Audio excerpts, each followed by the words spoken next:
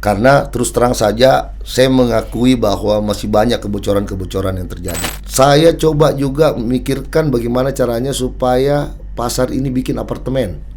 Satu intinya, kita ikuti saja ini visi misinya Pak Wali. Insya Allah ke depannya kita akan maju. Jadi tidak usah kita buat gerakan tambahan, bikin visi-visi baru. Sebab ini kuat sekali ya. Selalu ramah sama orang. Selalu ramah. Iya. Itu. Saya terus terang sangat terinspirasi dengan. Jadi ada satu pengelolaan di dalam pasar Butung itu. Nah mereka ini yang berkonflik. Apakah Perumda yang Pak Dir tangani ini bisa ambil alih? Nah, begini.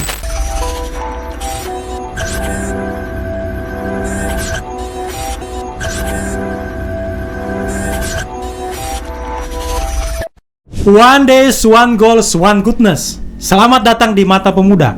Masih bersama saya, Nur Amin Saleh, tuan rumah Mata Pemuda. Kita ketahui bahwa pasar adalah epicentrum perekonomian kota maupun wilayah. Sehingga menjadi tanda kemajuan sebuah wilayah atau kabupaten kota itu ditandai dengan bagaimana proses transaksi yang terjadi dengan baik di pasar. Dan tentunya itu tidak terlepas dari sebuah pengelolaan pasar itu sendiri, yaitu khusus di Kota Makassar, pasar dikelola oleh Perusahaan Umum Daerah Pasar Makassar Raya. Kali ini kita akan berdiskusi langsung dengan Bapak Direktur Utama Perumda Pasar Makassar Raya, yaitu Bapak Iksan Abdul Hussein. Selamat datang Pak Iksan. Oke, menjadi catatan penting kita yang kita akan diskusikan di sini adalah proses atau inovasi yang akan dilakukan oleh Perumda Pasar Makassar Raya. Sebab kita ketahui bersama bahwa Perumda ini menjadi satu perumda yang menurut saya direkturnya itu agak gila ide-ide yang ia keluarkan. Salah satu contohnya adalah katanya ingin melakukan digitalisasi semua pasar-pasar tradisional yang ada di Kota Makassar, bahkan membangun pasar berbasis metaverse. Sangat luar biasa. Baik. Jadi kalau kita bicara pengelolaan, saya mau betul-betul memanage daripada Perumda Pasar ini menjadi lebih profesional. Karena terus terang saja saya mengakui bahwa masih banyak kebocoran-kebocoran yang terjadi. Kebocoran? Ya, kebocoran dalam hal pendapatan. Bocor dikarenakan kan begini error. Sekarang ini kan pemasukan Perumda Pasar ini kan masih dari jasa-jasa yang diberlakukan, ya kan, di pedagang-pedagang pasar.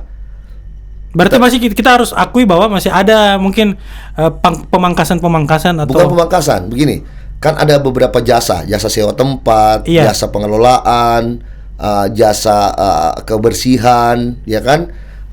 Ini sistem penagihannya karena masih manual. Jadi biasa bocor. Kontrolnya ini masih agak susah karena terlalu banyak pasar kan, ada 18 pasar yang harus error berarti. Dikontrol, human error. Berarti nanti ini akan dihilangkan dan menjadi masuk berbasis digital. Ya. Luar biasa. Saya yakin insya Allah kalau saya sudah digitalisasi ini, maka kita bisa meminimize atau kalau perlu kita kasih zero error. Luar biasa. Kita akan upayakan. Dan kan? Ini masuk program jangka pendek. Wah, berani sekali Pak Dirut ini. Jangan sampai tidak terbukti gitu. Jangka pendek. Cuman sekarang kita lagi proses sosialisasi. Sosialisasi ke internal kami dan sosialisasi ke pedagang. Oke. Ini kan kita harus akui. Proses human error itu bukan hanya tercipta dikarenakan ada yang keterlambatan dan sebagainya. Ada pasti oknum dimanapun itu, tempat manapun itu. Apakah Dirut itu melakukan bersih birokratisasi atau seperti apa? Termasuk saya harus akui bahwa kondisi perusahaan kita ini, perusahaan daerah ini terlalu terlalu gemuk untuk sumber dayanya. Gemuk. Karyawannya terlalu banyak. Berapa banyak karyawannya? Terakhir itu kurang lebih 514 kalau nggak salah. 514 sedangkan pendapatan hanya 20. Ini tidak relevan sekali. Tidak relevan. Oh berarti gini, saya langsung sebenarnya di akhir tapi saya mau kasih di depan. Sebenarnya supaya para pemudaism dimanapun berada ini bisa dengar. apa sebenarnya yang menjadi ini kendala dan apa yang menjadi menjadi kebutuhan dari pasar itu sendiri, Perumda Pasar terkait competitiveness atau sumber daya manusia yang dibutuhkan supaya kan ini mereka dengar dan mereka juga bisa mengembangkan apakah berbasis digital, pengembangan teknologi, artificial intelligence dan sebagainya.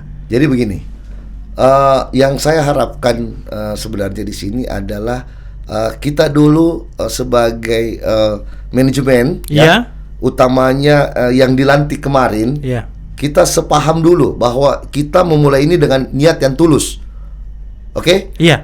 Niat bagaimana kita bisa menata manajemen ini secara profesional dan bisa meningkatkan pendapatan. Kan begitu. Niatnya dulu. Kalau ini sudah tunggu dulu, Kak. Emang ada direksi yang tidak tulus? Itu tanda kutip. Tanda kutip. Ya. Masih saya mau bicara direksi-direksi sebelumnya. Tapi kalau direksi yang sekarang solid. Alhamdulillah kita solid. Iya, harus. Kita solid. Artinya betul-betul ini kita ke depan saling mengisi. Iya, karena memang kan sebelum saya turun kan, saya tuh riset dulu di Perumdata. Saya coba tanya, Pak Dirut ini otoriter kah atau apa? Mereka sampaikan sangat demokratis dan suka dengar orang yang kalau ada visinya. Tidak suka kilo baracung istilah. Tidak suka dengar orang baracung. Karena begini, kalau kita pakai sistem yang seperti Anda bilang, kita bilang akan menyusahkan kita sendiri, akan menyusahkan saya sendiri. Kalau kita mau otoriter misalnya, otoriterki misalnya, tentu kan kita akan berpikir sendiri. Kalau kita otoriter, benar. Yang harusnya ini kita bagi berlima, kita harus bagi berlima ini permasalahan. Kalau kita otoriter, tentu kita sendiri akan pikirkan. Tapi ada juga itu. Secara teori, kalau kita berpikir sendiri, itu tidak bakalan sehat itu manajemen pekerjaan. Benar. Jadi itu aja dasarnya. Ya makanya kita harus berbagi. Nah, bagaimana kita bisa berbagi kalau kita tidak satu visi? Bagaimana kita bisa satu visi kalau kita tidak kompak? Itu aja. Dan sekarang kompak. Alhamdulillah. Oke. Sebenarnya ada lagi pertanyaan terkait ide-ide gila, tapi saya mau tanya tentang ide-ide gila Perusda, tapi dari awal yang disampaikan gila semua sudah gila semua. Sudah gila semua. Jadi tinggal sebenarnya bagaimana menjemput para anak muda di Makassar ini bisa menjemput apa yang disampaikan oleh Pak Dirut. Ini saya mau pertegas. Kalau seandainya ada anak muda di Makassar yang satu visi dan apa yang menjadi keinginan seperti mau mendigitalisasi, mau membangun membangun sistem yang lebih kuat, apakah mau kita terima? Insya Allah. Kenapa tidak? Kan itu sifatnya memberikan masukan, berarti kan membangun sifatnya. Berarti kita bisa terima jadi kerja, yang penting dengan persyaratan Anda memiliki inovasi. Begini, terima kerja bekerja sama itu belum tentu kita harus terima mereka bekerja. Betul. Kerjasamanya. Kerjasama ada, kemitraan ada. Ya kan? Berkolaborasi ada. Seperti itu. Contoh misalnya ada program jangka pendek ini saya bikin. Kebetulan ada beberapa karyawan kami di sini yang mungkin masih bisa berpikir lebih ke anak-anak milenial, ya. Itu yang saya coba arahkan untuk berpikir bagaimana sih pola pikirnya ini anak-anak milenial. Kan kalau kita ini kan sudah alhamdulillah sudah berumur. Tentu kan cara berpikir mereka sama kita kan berbeda. Contoh misalnya saya akan membuat misalnya hampir kayak pasar malam, ya. Pasar malam di mana segmen pasarnya itu adalah anak-anak milenial. Contoh misalnya sekarang ini banyak anak-anak milenial yang suka kalau ada panggung-panggung di mana mereka di situ bisa memperlihatkan mereka punya kemampuan. Ya kan? Contoh misalnya ada stand up komedi, ya kan? Atau bisa mereka melakukan TikTok di situ. Berarti konsep tradisional, pasar tradisional tapi dikemas dengan gaya milenial. Luar biasa ini. Tentunya apa yang berhubungan dengan pasarnya? Ya tentu kan ada tenan-tenan nanti di situ. Benar. Yang pangsa pasarnya juga adalah anak milenial. Seperti itu kurang lebih. Jadi kalau itu kan sudah terjawab. Jadi sebenarnya terbuka peluang. Ini saya mempertegas ya, para teman-teman yang memiliki sumber kemampuan, ide lah, ide kompetitiveness yang sesuai dengan apa yang disampaikan oleh Pak Dirut menghadap langsung ke Pak Dirut. Ya. Insya Allah bisa kita kerjasama. Betul. Itu yang dengan catatan tidak memberatkan dan Anda bisa menjadi solusi. Iya, kita win-win solution lah. Win-win solution. Win-win solution. Oke. Kan? Jika seandainya gini, ada kelompok organisasi yang mau menjalin kerjasama seperti apa yang bisa dibangun? Yang paling konkret bekerja sama membangun revitalisasi pasar. Seperti? Contoh, ini Iya. kan pasar saya ini kan pasarnya kita ini kan Makassar ini kan semuanya sudah pasar-pasar tua nih. Iya. Kita harusnya bangun lagi kembali. Iya. Ya. Sekarang ini dengan Perumda sudah terbuka peluang pihak swasta untuk bekerja sama. Berarti bisa di pihak ketiga kan gitu? Bisa di pihak ketiga kan. Sistemnya BOT. Jadi kita kerjasamakan, kita bangun itu pasar, ya kan, dikelola, kerjasamakan pengelolaannya dengan pihak kita, Iya. ya, dengan investor lah, istilahnya gitu, dalam jangka waktu yang sudah ditentukan, seperti itu. Ini kan peluang usaha, Benar. gitu. Iya. Contoh lagi, kalau saya melihat dari perkembangan Perumda Pasar di Jakarta, ya kan, itu saya coba juga memikirkan bagaimana caranya supaya pasar ini bikin apartemen atau rusunami kalau bahasa. Bagaimana itu lagi? Kan gitu, ya kan? Ya gimana sih saya bilang Pasar kenapa langsung jadi ke apartemen? Makanya saya salah satu agak gila juga ide-ide itu Ya. Pak Dirut. Memang di dalam aturan Perumda Pasar sekarang ini itu kita diberi keleluasaan untuk berbisnis di luar dari perdagangan. Iya. Perdagangan komoditi, ya kan? Salah satunya itu adalah membuat rumah hunian. Rumah hunian. Apa korelasinya? Contoh, tapi harus ada pasarnya dibawa, pasar tradisionalnya yang sifatnya modern. Oke, kenapa kita bisa bikin rumah bertingkat, rumah bersusun dalam hal ini? Ya, kalau kita bisa bilang rusunami atau apartemen lah ya. Iya. Supaya kalau ini ada penghuninya, Iya. tentu kan sudah ada pembeli tetapnya ini pasar dibawa. Oh gitu. Iya, iya kan? Benar.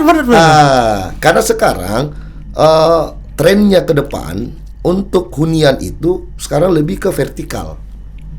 Berarti ini seperti hampir sama dengan yang menjadi program Pak Wali sebelumnya, Iya. yang dimana tidak mau mensentralisasi pusat perekonomian. Iya, betul. Yang maunya Pak Wali itu adalah di setiap kecamatan itu ada pusat perekonomiannya. Ya, Dan betul. sama halnya ini. Ya, apalagi kan ada konsepnya Pak Wali untuk menjadikan Makassar Smart City. Ya, itu juga Nah, Makassar Smart City. itu salah satu. Makanya kenapa saya juga akan membuat, mungkin itu program jangka panjang kali ya, menengah dan panjang.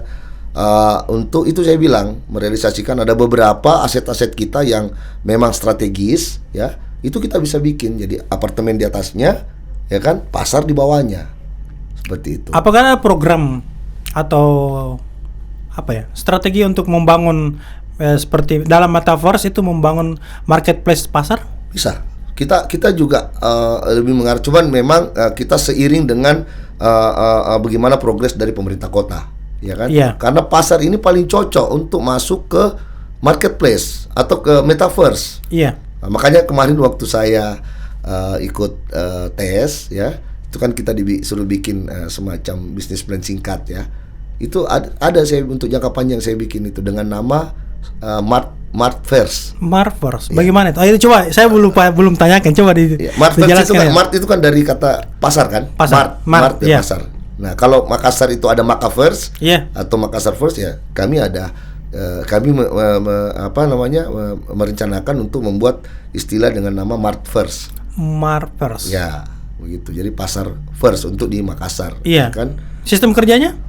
Ya itu maksudnya tentu kita akan masuk ke platform sistem digital yang metaverse. Seperti itu. Berarti kita menjual produk-produk di pasar, membantu orang-orang di pasar melalui penjualan Melalui online. penjualan secara online dengan konsep metaverse, kan begitu. Iya. Cuman tentu banyak hal-hal yang perlu kita benahi dulu. Iya. Utamanya persoalan masalah big data.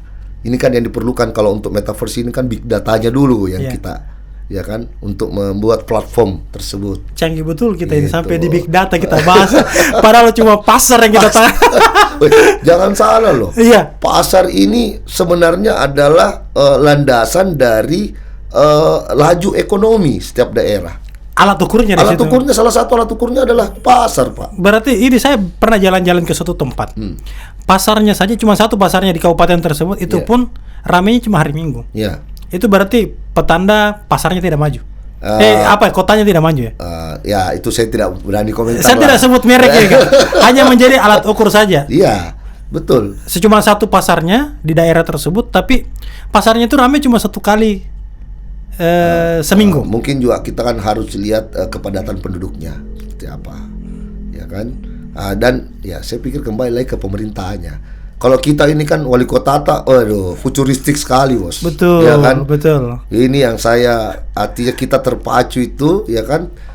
Serasa kita disupport untuk ke depannya ini, karena memang visi misi dari wali kota kita juga sangat futuristik kalau menurut saya. Intinya semua perangkat yang melekat di pemerintah Kota Makassar itu harus cepat bergerak. Iya. Kalau tidak tertinggal dengan Kalau visinya enggak, Pak Wali. Iya, betul. Makanya satu intinya, Iya. kita ikuti saja ini visi misinya Pak Wali. Insya Allah kedepannya kita akan maju. Jadi tidak usah kita buat gerakan tambahan, bikin visi-visi baru. Sebab Ini kuat sekali, Mi. Ini saja sudah wah luar biasa, ya kan? Ini saja kita sudah luar biasa. Oke, Tinggal pengembangannya aja, ide-idenya seperti apa, teknisnya itu seperti apa, kurang lebih seperti itu. Oke. Saya lihat memang dari awal saya sudah sampaikan ini agak sudah campur cerdas ki, ide itu agak gila, bukan agak gila mentongki. Sehingga menurut saya sangat wajar kita didapuk menjadi posisi direktur utama di PD Perumda Pasar Makassar Raya. Ya, betul. Alhamdulillah. Alhamdulillah. Tapi kan ini tidak lahir secara instan. Banyak orang itu mematok orang hebat itu dengan melihat endingnya saja, orang hebat, tapi dia tidak prosesnya. Saya di semua para tamu undangan yang saya undang itu selalu saya tanyakan kan, ada namanya itu first principle thinking, yaitu prinsip yang fundamental. Ada prinsip hidup yang dia pegang teguh sampai dia bisa sukses. Kira-kira kalau kita apa prinsip fundamental tak? Prinsip saya adalah kita bersabar menjalani kehidupan ini, ya kan? Kita berpikir futuristik, ya, berpikir jauh ke depan, ya, ke masa depan, terus tanpa mengabaikan norma-norma yang ada. Tanpa mengabaikan norma-norma yang ada. Betul. Jadi kita jalan dengan cepat, tertib dan jangan melanggar rambu-rambu yang telah ditetapkan. Oke, Kak. Sama satu juga kuncinya. Iya. Selalu ramah sama orang. Selalu ramah. Iya. Itu. Saya terus terang sangat terinspirasi dengan Pak Wali. Iya. Sesibuk-sibuk apapun, dia terima, tahu mau teleponnya orang, mau orang datang ketemu, selama dia masih sanggup, itu dia terima semua. Itu prinsip yang saya sangat terinovasi dengan Pak Wali. Oke. Pak Dani ya. Siap. Pak Dani luar biasa sekali Kak diskusinya kita ini. Iya. Kira-kira ada lagi program yang nanti kedepannya kita mau diskusikan, apa mau direncanakan tapi belum disampaikan tadi? Begini, jadi mungkin program yang paling futuristik nanti, ya itu tadi, artinya bagaimana nanti orang membeli atau berbelanja di pasar tanpa harus ke pasar, kan begitu? Belanja ke pasar, tapi tanpa ke pasar, tapi kondisi di pasar tetap dia dapatkan. Contoh misalnya, salah satu kondisi di pasar yang mungkin tidak bisa dibandingkan oleh pasar-pasar tradisional, pasar-pasar modern dan online sekarang ini adalah silaturahmi. Iya. Ya kan? Kan silaturahmi ini yang ada di pasar tradisional. Iya. Ibu-ibu datang pergi belanja, ketemu sama temannya, bergosip di situ apa. Kan ini kebiasaan yang tidak ada didapatkan di tempat-tempat pasar-pasar modern sekarang ini. Mereka betul-betul istilahnya statis, bukan statis ya, monoton. Mereka itu kalau di pasar modern kan datang belanja sudah itu selesai tanpa interaksi. Dan itu nanti proses interaksi yang secara natural itu kita mau ciptakan berbasis digital. Iya, kan metaverse. Metaverse itu kan kita berbelanja, tapi kita bisa juga mungkin ketemu sama pembeli-pembeli yang lain, misalnya yang connect sama-sama di situ, misalnya dia berada dalam satu room misalnya, ya kan? Nah, satu room tentu kan dia datang berbelanja bisa ketemu ada juga ini, walaupun dia tidak ada di situ, kan seperti itu. Iya, ada tambah gila ini. Tambah gila ini Kak. Sangat banyak poin yang kita bisa tangkap dari diskusi ini. Luar biasa sekali kita ini Kak. Maksudnya tidak salah kita ini di dapur jadi harus Kak. Ini istilahnya yang bikin kita ini seperti ini semangat saja. Semangat. Ya, Iya, karena kalau tidak semangat jangan maju sebagai dirut. Kira-kira apa yang menjadi harapan termasuk mungkin di sistem pemerintahan maupun di masyarakat yang bisa disampaikan secara langsung? Baik. Jadi harapan saya setelah dipercayakan oleh pemerintah kota atau dalam hal ini Pak Wali ya sebagai KPM untuk menjalankan pengelolaan Perumda Pasar Makassar Raya ini, tentunya saya berharap mudah-mudahan dalam masa tugas yang diberikan kita ini selama 5 tahun ya, ya mudah-mudahan sampai juga 5 tahun ini ya. Amin. Ya, mudah-mudahan sampai 5 tahun. Saya berharap bahwa yang dinamakan pasar tradisional tadinya ini itu bisa bersaing dengan pasar-pasar yang ada sekarang ya, dengan konsep-konsep yang kita akan jalankan ya, dan akan menuju ke bisa sampai bertaraf internasional. Jadi targetnya di Rut ini adalah membuat pasar yang bertaraf internasional. Ngeri. Tapi tidak menghilangkan kearifan lokal. Berarti bertaraf internasional berbasis kearifan lokal. Luar biasa. Artinya Sipaka Tauta ini harus tetap terjaga. Seperti itu, ya kan? Iya. Seperti visi-visi dari Pak Wali Kota kita sekarang ini. Oke, Kak. Saya mau tagih, Ki. Nanti insya Allah di beberapa waktu nanti jika sananya ada program tak sudah jalan, saya mau datang lagi di Mata Pemuda untuk bisa berbagi ilmu. Siap. Ini banyak sekali ide-ide gilata yang menurut saya Kak, menurut saya ini bisa menjadi masukan untuk perusda mungkin atau perumda di beberapa kabupaten kota lainnya untuk bisa mencuri sedikit ilmu atau bisa studi banding. Cuman tentunya program ini dapat terlaksana dan insya Allah mudah-mudahan bisa terwujud ya kalau kita didukung oleh seluruh stakeholder yang ada ya, apalagi kalau seluruh masyarakat yang ada di Kota Makassar turut mendukung ya kan. Bayangkan Ki kalau misalnya rame-rame ini pedagang rame-rame ini masyarakat kembali berbelanja di pasar tradisional, apa kira-kira tidak akan meningkat ini? Pasti akan meningkat. Iya kan? Kurang lebih seperti itu. Kurang lebih, cuman dengan catatan bahwa tentu harus pelayanan kita perbaiki dulu. Boleh tahu Kak, perumda yang kita tangani ini menangani berapa banyak pasar di Makassar? Oke, jadi kita itu kalau yang namanya unit pasar ya. Iya. Itu kita ada 18 pasar. 18 pasar. Kalau mall masuk kategori pasar atau bukan? Kalau yang masuk wilayah kita itu adalah Makassar Mall. Makassar Mall. Ya. Makassar Mall itu yang dulu orang kenal Pasar Sentral. Pasar Sentral. Berarti selain itu ada Pasar Sentral, Butung juga masuk. Butung masuk. Oh, Butung masuk. Butung masuk. Saya pikirnya ini perumda pasar ini hanya mengelola pasar tradisional.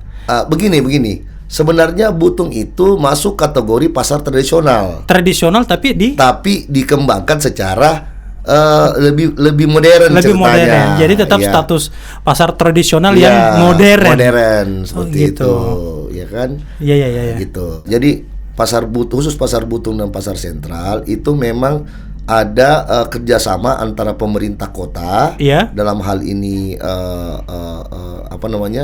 Perumda Pasar dengan pihak kedua lah. Pihak kedua. Ya. Nah, ini untuk pengelolaannya. Cuman memang dalam perjalanan seperti pasar Butung ini mungkin saya bisa katakan bahwa sebenarnya hak pengelolaannya itu sudah tidak diperpanjang lagi semenjak tahun 2017.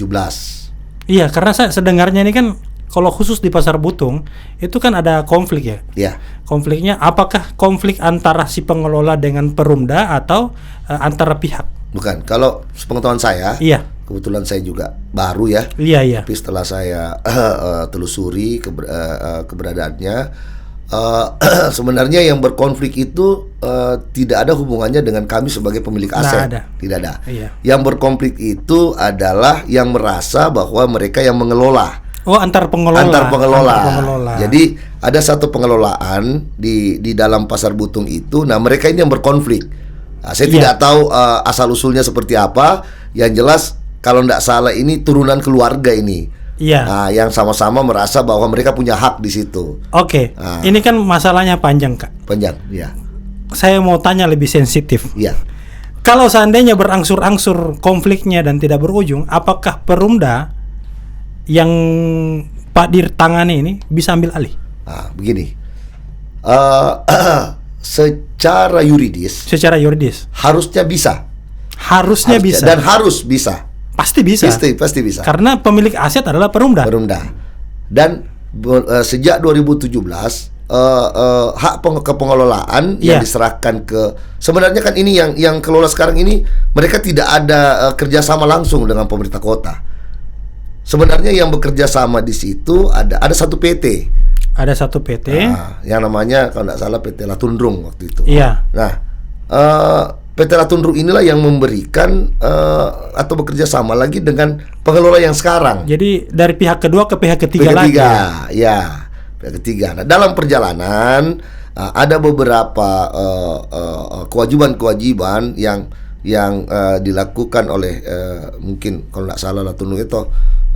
Saya tidak tahu apa sudah habis masa kerjasamanya. Iya. Yang jelas sejak 2017 itu sudah diputuskan. kontraknya. Jadi seharusnya semenjak itu hak pengelolaannya kan sudah harus diambil alih oleh Perumda Pasar sendiri gitu loh, atau Prusda pada saat itu. Iya. Jadi Gitu loh. saya mau pertegas. Jika seandainya tidak ada ini ya penyelesaian antara si pihak pengelola, berarti Perumda itu memiliki hak Untuk mengambil mengambil alih. alih. Itu Nah, dan itu kita sudah persiapkan. sudah dipersiapkan. Sudah kita persiapkan. Tapi jika seandainya pengelolaannya bisa dimaksimalkan dan kembali lebih baik lagi, mungkin bisa dipertimbangkan untuk tetap dikelola oleh pihak yang bersangkutan. Itu kita lihat nanti. Nanti Yang teknis, jelas intinya kami sudah membuat suatu perencanaan apabila pada saat nanti kita mengambil alih untuk pengelolaannya. Seperti itu. Iya, ada berapa banyak pasar yang dikelola oleh pihak kedua atau pihak ketiga? Yang setahu saya itu ada 4 ya. 4. Ada 4. Jadi semua itu hampir pasar-pasar besar semua. Hampir pasar-pasar besar. Ya, seperti misalnya Butung, Butung, Sentral, kalau tidak salah pasar Kampung Baru, Kampung Baru. Di mana Kampung Baru? pasar baru yang di Sombaopu, Sombaopo. yang sekarang itu ada banyak warkop di situ. Iya. Iya. Yang ada jual apa ya? Jual ada warkop, ada jual soto Banjar Iya. dekat kantor pos lah. Iya, iya. Gitu. Nah, itu juga sama kalau tidak salah pasar Terong juga. Pasar Terong. Iya. Itu ini kan melihat banyaknya yang di pihak kedua maupun pihak ketiga kan, sebenarnya peluang terbesar pendapatan Perumda itu di situ. Sebenarnya. Nah, harusnya untuk mengoptimalisasi itu kan untuk menyerap pendapatan lebih besar lagi Iya. dan lebih optimal lagi harus diambil alih dong. Cocok, betul. Jadi saya tidak perlu bicara manajemen sebelumnya. Betul. Yang jelas itu menjadi program kami, ya kan. Pertama adalah bagaimana kita melakukan bukan melakukan, maksudnya begini. Bagaimana kita menata kembali legalitas terhadap aset-aset ini, ya Iya. kan? Apabila memang legalitasnya sudah siap, maka kita sudah harus melakukan terobosan untuk mengambil alih semua Iya. pengelolaan ini. Karena disinilah sebenarnya potensi pendapatan yang besar. Dan itu Pak Dirut sudah baca ya. Sudah. Berarti di tangan nanti nih Pak Dirut satu Insya yang Allah. menjadi tugas utama kita adalah mengembalikan ke tangan Perumda. Dari pihak kedua maupun pihak ketiga itu akan ditarik ke Perumda. Sebab itu kan pendapatan besar. Nah, makanya sementara ini kami lagi membuat tim untuk mentelaah semua kerjasama ini.